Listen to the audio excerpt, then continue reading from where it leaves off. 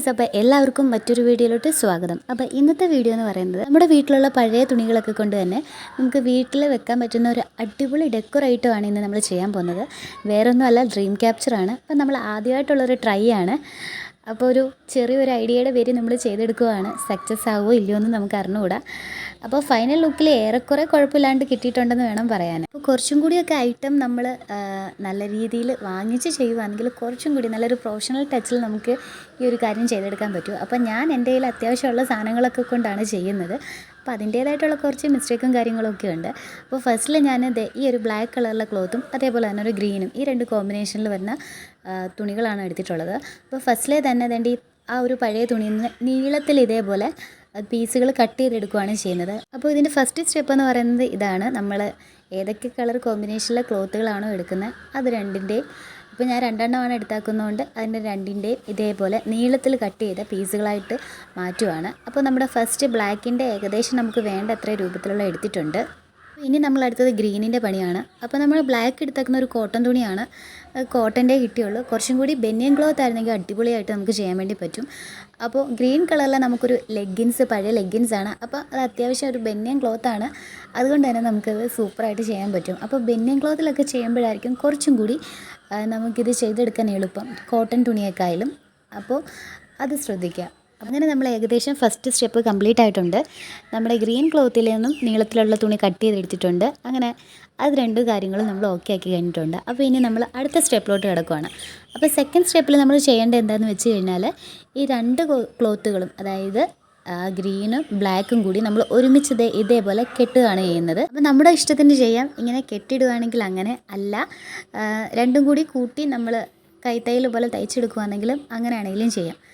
കെട്ടുന്നതിനേക്കാളും കുറച്ച് പെർഫെക്റ്റ് ആയിട്ട് വരുന്നത് തയ്ക്കുമ്പോഴാണെന്ന് എനിക്ക് പിന്നീട് തോന്നി. കാരണം നമ്മൾ ആ കെട്ടിയ ഭാഗം ഇങ്ങനെ പ്രൊജക്റ്റ് ചെയ്ത് നിൽക്കും. മറ്റേതാണെങ്കിൽ കുഴപ്പമില്ലാതെ അടിപൊളിയായിട്ടത് ഫിനിഷ് ലുക്കിൽ നമുക്ക് കിട്ടും.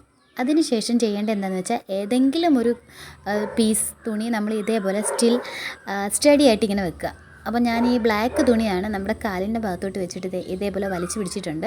അതിനുശേഷം നമ്മുടെ മറ്റേ പീസ് കൊണ്ട്, അതായത് ഗ്രീൻ പീസ് കൊണ്ട് വീഡിയോയിൽ കാണുന്നത് പോലെ ഇങ്ങനെ കെട്ടിടുകയാണ് ചെയ്യുന്നത്. കെട്ടിടുമ്പോൾ നന്നായിട്ട് ടൈറ്റ് ചെയ്യണ്ട, കുറച്ച് ലൂസായിട്ട് ഇരുന്നോട്ടെ. കാരണം നമ്മൾ ഇപ്പോൾ ഞാൻ ആ ഉള്ളിലോട്ട് കൈ കയറ്റിയിരിക്കുന്ന ഭാഗം നമുക്ക് ഇനി ആവശ്യമുള്ളതാണ്, ആ റാ പോലെ നിൽക്കുന്ന ഭാഗം. അതുവഴിയാണ് പിന്നീട് നമ്മൾ ആ ക്ലോത്ത് എടുത്ത് ഇറക്കി തയ്ച്ചിങ്ങനെ കൊണ്ടുവരുന്നത്. തയ്ക്കുക എന്ന് പറയുമ്പോൾ ഇങ്ങനെ കെട്ടിട്ട് കൊണ്ടുവരുന്നത്. അപ്പോൾ നമ്മൾ ഇതേപോലെ ഒരു 4-5-6 കെട്ടുകൾ ഞാൻ ഇട്ട് കൊടുക്കുന്നുണ്ട്. ഒന്നും നന്നായിട്ട് ടൈറ്റ് ചെയ്യേണ്ട ആവശ്യമില്ല. കുറച്ച് ലൂസിൽ വീഡിയോയിൽ കാണുന്ന പോലെ ടൈറ്റായി കഴിഞ്ഞാൽ കുറച്ചൊന്ന് ലൂസാക്കി കൊടുക്കുക. ഇതേപോലെ കുറേ നമ്മൾ ടൈ ചെയ്ത് കൊടുക്കുക.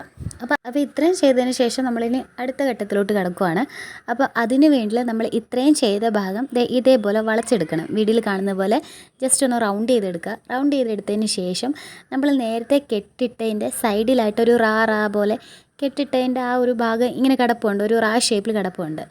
അപ്പോൾ നമ്മൾ ഇനി ചെയ്യേണ്ടത്, നമ്മൾ ഞാൻ എടുത്താക്കുന്ന ആ ഗ്രീൻ ക്ലോത്തിൻ്റെ ഏറ്റവും അറ്റ ഭാഗത്തായിട്ട് ഒരു സേഫ്റ്റി പിൻ ഇതേപോലെ പിൻ ചെയ്ത് വെക്കുകയാണ് ചെയ്യുന്നത്. അപ്പോൾ ആ സേഫ്റ്റി പിൻ വെച്ചിട്ടാണ് നമ്മൾ ആ കെട്ടിട്ടതിൻ്റെ ഓരോ അറ്റ ഭാഗത്തെ റായി കൂടി അതിനുള്ളിൽ കൂടി ഈ സേഫ്റ്റി പിൻ എടുത്ത് ഇറക്കുകയാണ് ചെയ്യേണ്ടത്. അപ്പോൾ നമ്മൾ ഈ ഒരു ഡ്രീം ക്യാപ്ചർ ഉണ്ടാക്കുന്ന സമയത്ത് മൊത്തത്തിൽ നമ്മൾ യൂസ് ചെയ്യുന്നത് ഏറ്റവും വലിയ ടൂളെന്ന് പറയുന്നത് ഈ ഒരു സേഫ്റ്റി പിന്നാണ്. സേഫ്റ്റി പിൻ വെച്ചിട്ട് നമുക്കിത് മൊത്തത്തിൽ കംപ്ലീറ്റ് ചെയ്യാം. അപ്പോൾ ഈ ഇടയ്ക്ക് നമ്മൾ സൂചിയും നൂലും വെച്ച് തയ്ക്കുന്നത് വേണമെങ്കിൽ നമുക്ക് സ്കിപ്പ് ചെയ്തിട്ട് അവിടെ നമുക്ക് കെട്ടിട്ട് വേണമെങ്കിലും ചെയ്യാം. അപ്പം നെസസറി ആയിട്ട് നമ്മൾ യൂസ് ചെയ്യുന്ന ഒരു ടൂളെന്ന് പറയുന്നത് നമ്മുടെ ഈ ഒരു സേഫ്റ്റി പിൻ മാത്രമാണ്. അപ്പോൾ അത് വെച്ചിട്ട് നമുക്കിത് കംപ്ലീറ്റ് ആയിട്ട് ചെയ്തെടുക്കാം. അപ്പോൾ ഇടയ്ക്ക് വെച്ചിട്ട് നമ്മുടെ ക്ലോത്ത് തീർന്നു പോകാമെങ്കിൽ, നമ്മൾ ചെയ്യുന്ന വഴിക്ക് ക്ലോത്ത് തീർന്നു പോകാമെങ്കിൽ നമ്മൾ സൂചി നൂലും ഉപയോഗിച്ചിട്ട് വേറെ നേരത്തെ കട്ട് ചെയ്താക്കുന്ന ആ ഒരു പീസിനകത്തിൽ അറ്റാച്ച് ചെയ്ത് കൊടുത്താൽ മതി, അല്ലെങ്കിൽ കെട്ടിട്ട് കൊടുത്താലും മതി, നമ്മുടെ ഇഷ്ടം. അപ്പോൾ ചെയ്യുമ്പോൾ എപ്പോഴും ഏതെങ്കിലും ഒരു ഭാഗത്തെ ആ ഒരു കട്ട് ചെയ്താക്കുന്ന തുണി ഇതുപോലെ ടൈറ്റ് ചെയ്ത് നിർത്തുക. അതിനുശേഷം മറ്റേ ക്ലോത്ത് ഉപയോഗിച്ചിട്ട് ആ ഒരു ആദ്യം നമ്മൾ ചെയ്ത കെട്ടിൻ്റെ ഉള്ളിൽ കൂടി ഇതേപോലെ ചെയ്തെടുക്കുകയാണ് ചെയ്യുന്നത്. ഉള്ളിൽ കൂടി സേഫ്റ്റി പിൻ കയറ്റി ചെയ്തെടുക്കുകയാണ് ചെയ്യുന്നത്. നമുക്കിത് ഈ ഒരു ഷേപ്പിലാണ് കിട്ടിയത്. അപ്പോൾ നമുക്ക് കറക്റ്റായിട്ട് ഈ ഒരു ഭാഗം നോക്കിയാൽ അറിയാം.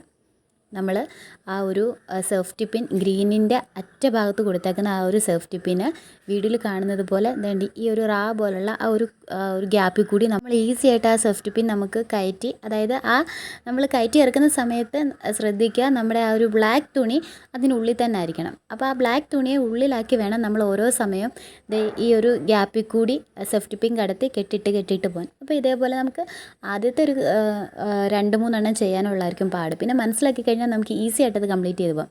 അപ്പോൾ നമ്മൾ ചെയ്തുകൊണ്ടിരിക്കുന്ന സമയത്ത് കുറച്ച് ഭാഗം ഇങ്ങനെ ഉന്തിയും തള്ളിയൊക്കെ നിൽക്കുന്നുണ്ടായിരിക്കും. ഏറ്റവും കംപ്ലീറ്റ് അത് ലാസ്റ്റ് ചെയ്ത് ഫിനിഷ് ചെയ്ത് കഴിയുമ്പോൾ ഞാൻ വേണ്ടി ഇത്രയും ഒരു സർക്കിൾ എനിക്ക് മതി. അപ്പോൾ ഞാൻ ബാക്കി ഭാഗം കട്ട് ചെയ്ത് കളഞ്ഞതിന് ശേഷം സൂചി നൂല് ഉപയോഗിച്ചിട്ട് അവിടെ ക്ലോസ് ചെയ്ത് വെക്കുകയാണ് ചെയ്തത്. അതിന് ശേഷം നമുക്കത് നിരപ്പാക്കാൻ വേണ്ടി താഴ്ഭാഗത്ത് ഇട്ടിട്ട് ജസ്റ്റ് കൈകൊണ്ട് ഇങ്ങനെ ഒന്ന് അടിച്ചു കൊടുത്താൽ മതി, നന്നായിട്ട് നിരപ്പായിക്കോളും. അപ്പോൾ അതുകൊണ്ട് ഏറ്റവും പുറമേ ഉള്ള ഭാഗത്ത് ബ്ലാക്കും ഗ്രീനും കൂടെ ഉള്ള കോമ്പിനേഷൻ നന്നായിട്ട് കാണുന്നുണ്ട്. ഉള്ളിലൊക്കെ നന്നായിട്ട് ഇറങ്ങിപ്പോയിട്ടുണ്ട്.